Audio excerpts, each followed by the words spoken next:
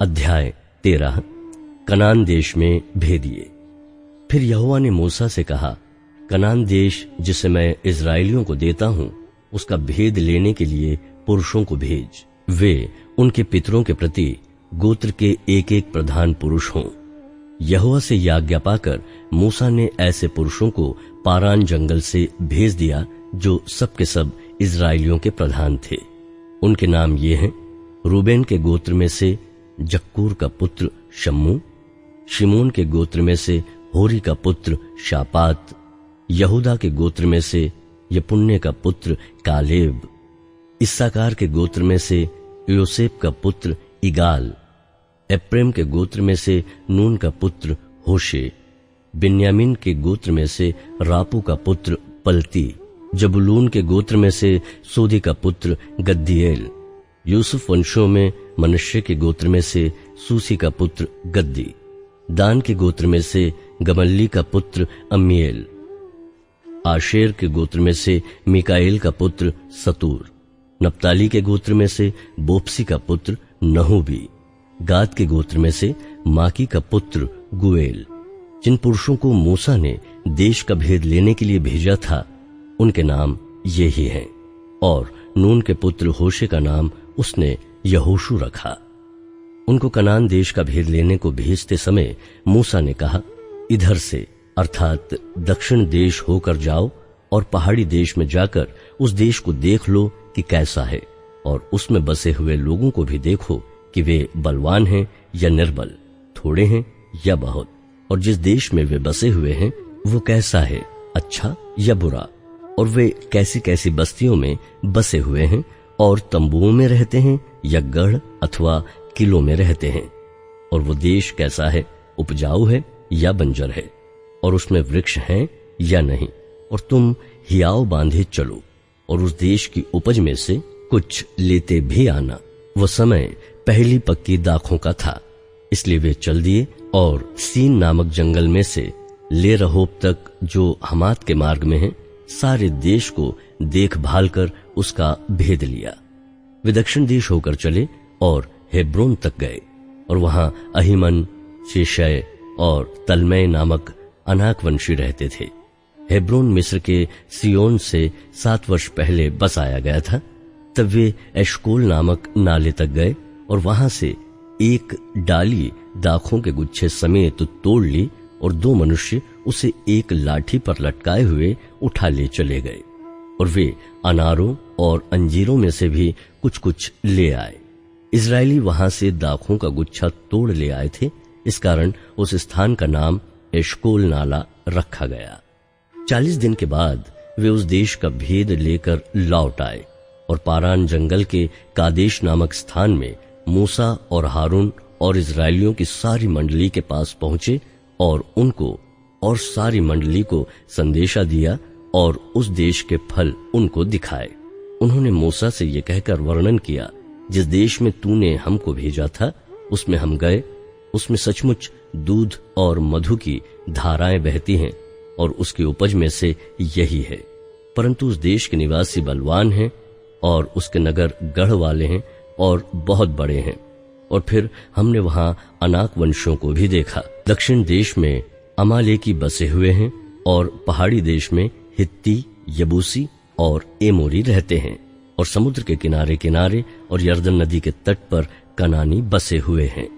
पर कालेब ने मूसा के सामने प्रजा के लोगों को चुप कराने के विचार से कहा, हम अभी चढ़ के उस देश को अपना कर लें, क्योंकि निसंदेह हम में ऐसा करने की शक्ति है। और जो पुरुष उसके संग गए थे, उन्होंने कहा, उन लोगों पर चढ़ने की शक्ति हम में नहीं है, क्योंकि वे हमसे बलवान हैं। और उन्होंने इजरायलियों के सामने उस देश की जिसका भेद उन्होंने लिया था ये कहकर निंदा भी की, वो देश जिसका भेद लेने को हम गए थे ऐसा है जो अपने निवासियों को निगल जाता है, और जितने पुरुष हमने उसमें देखे वे सब के सब बड़े डील डौल के हैं। फिर हमने वहां नपीलों को अर्थात नपीली जाति वाले अनाक वंशियों को देखा, और हम अपनी दृष्टि में उनके सामने टिड्डे के समान दिखाई पड़ते थे, और ऐसे ही उनकी दृष्टि में मालूम पड़ते थे।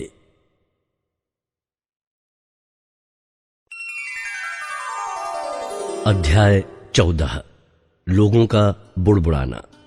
तब सारी मंडली चिल्ला उठी और रात भर वे लोग रोते ही रहे। और सब इजराइली मूसा और हारून पर बुड़बुड़ाने लगे और सारी मंडली उनसे कहने लगी, भला होता कि हम मिस्र में ही मर जाते या इस जंगल में ही मर जाते। यहोवा हमको उस देश में ले जाकर क्यों तलवार से मरवाना चाहता है? हमारी स्त्रियां और बाल बच्चे तो लूट में चले जाएंगे। क्या हमारे लिए अच्छा नहीं कि हम मिस्र देश को लौट जाएं? फिर वे आपस में कहने लगे, आओ हम किसी को अपना प्रधान बना लें और मिस्र को लौट चलें।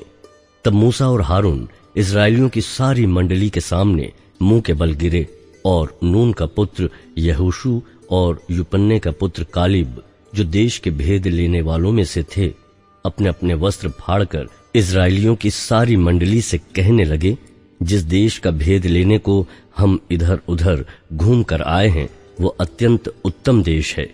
यदि यहोवा हमसे प्रसन्न हो तो हमको उस देश में जिसमें दूध और मधु की धाराएं बहती हैं पहुंचाकर उसे हमें दे देगा। केवल इतना करो कि तुम यहोवा के विरुद्ध बलवान न करो और न उस देश के लोगों से डरो, क्योंकि वे हमारी रोटी ठहरेंगे। छाया उनके ऊपर से हट गई है और यहोवा हमारे संग है, उनसे न डरो। तब सारी मंडली चिल्ला उठी कि इन पर पथराव करो। तब यहोवा का तेज मिलाप वाले तंबू में सब इजरायलियों पर प्रकाशमान हुआ। लोगों के लिए मूसा की प्रार्थना। तब यहोवा ने मूसा से कहा, वे लोग कब तक मेरा तिरस्कार करते रहेंगे और मेरे सब आश्चर्य कर्म देखने पर भी कब तक मुझ पर विश्वास न करेंगे? मैं उन्हें मरी से मारूंगा और उनके निज भाग से उन्हें निकाल दूंगा और तुझसे एक जाति उत्पन्न करूंगा जो उनसे बड़ी और बलवंत होगी। मूसा ने यहोवा से कहा, तब तो मिस्री जिनके मध्य में से तू अपनी सामर्थ्य दिखाकर उन लोगों को निकाल ले आया है, ये सुनेंगे और इस देश के निवासियों से कहेंगे, उन्होंने तो ये सुना है कि तू जो यहोवा है इन लोगों के मध्य में रहता है और प्रत्यक्ष दिखाई देता है, और तेरा बादल उनके ऊपर ठहरा रहता है, और तू दिन को बादल के खंभे में और रात को अग्नि के खंभे में होकर इनके आगे आगे चला करता है। इसलिए यदि तू इन लोगों को एक ही बार में मार डाले तो जिन जातियों ने तेरी कीर्ति सुनी है वे कहेंगी कि यहोवा उन लोगों को उस देश में से जिसे उसने उन्हें देने की शपथ खाई थी पहुंचा न सका, इस कारण उसने उन्हें जंगल में घात कर डाला है। इसलिए अब प्रभु की सामर्थ्य की महिमा तेरे इस कहने के अनुसार हो कि यहोवा कोप करने में धीरजवंत और अति करुणामय है और अधर्म और अपराध का क्षमा करने वाला है, परंतु वो दोषी को किसी प्रकार से निर्दोष न ठहराएगा और पूर्वजों के अधर्म का दंड उनके बेटों और पोतों और परपोतों को देता है। अब इन लोगों के अधर्म को अपनी बड़ी करुणा के अनुसार और जैसे तू मिस्र से लेकर यहाँ तक क्षमा करता रहा है, वैसे ही अब भी क्षमा कर दे। यहोवा ने कहा, तेरी विनती के अनुसार मैं क्षमा करता हूँ, परंतु मेरे जीवन की शपथ सचमुच सारी पृथ्वी यहोवा की महिमा से परिपूर्ण हो जाएगी। उन सब लोगों ने जिन्होंने मेरी महिमा मिस्र देश में और जंगल में देखी और मेरे किए हुए आश्चर्य कर्मों को देखने पर भी 10 बार मेरी परीक्षा की और मेरी बातें नहीं मानी, इसलिए जिस देश के विषय मैंने उनके पूर्वजों से शपथ खाई उसको वे कभी देखने न पाएंगे, अर्थात जितनों ने मेरा अपमान किया है उनमें से कोई भी उसे देखने न पाएगा। परंतु इस कारण कि मेरे दास कालिब के साथ और ही आत्मा है और उसने पूरी रीति से मेरा अनुकरण किया है, मैं उसको उस देश में जिसमें वो हो आया है पहुंचाऊंगा और उसका वंश उस देश का अधिकारी होगा। अमालेकी और कनानी लोग तराई में रहते हैं, इसलिए कल तुम घूम कर प्रस्थान करो और लाल समुद्र के मार्ग से जंगल में जाओ। बुड़बुड़ाने का दंड।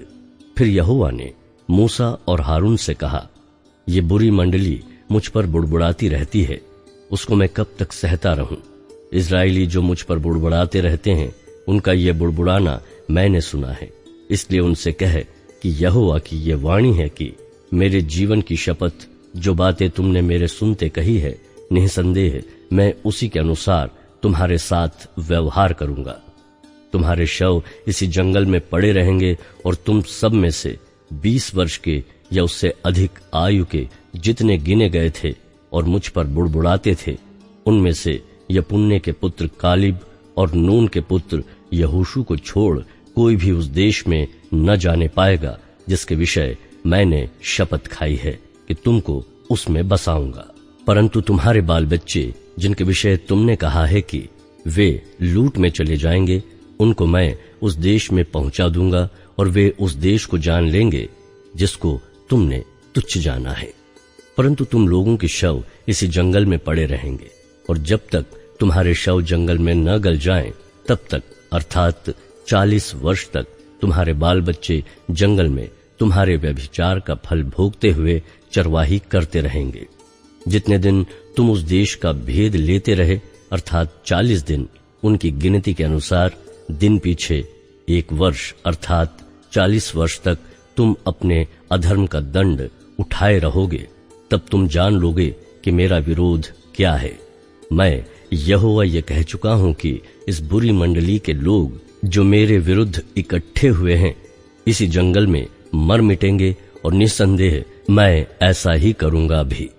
तब जिन पुरुषों को मूसा ने उस देश का भेद लेने के लिए भेजा था और उन्होंने लौटकर उस देश की नाम धराई करके सारी मंडली को कुड़कुड़ाने के लिए उभारा था, उस देश की वे नाम धराई करने वाले पुरुष यहोवा के मारने से उसके सामने मर गए।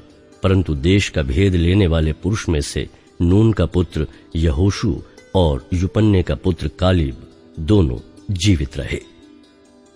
उस देश पर प्रथम आक्रमण।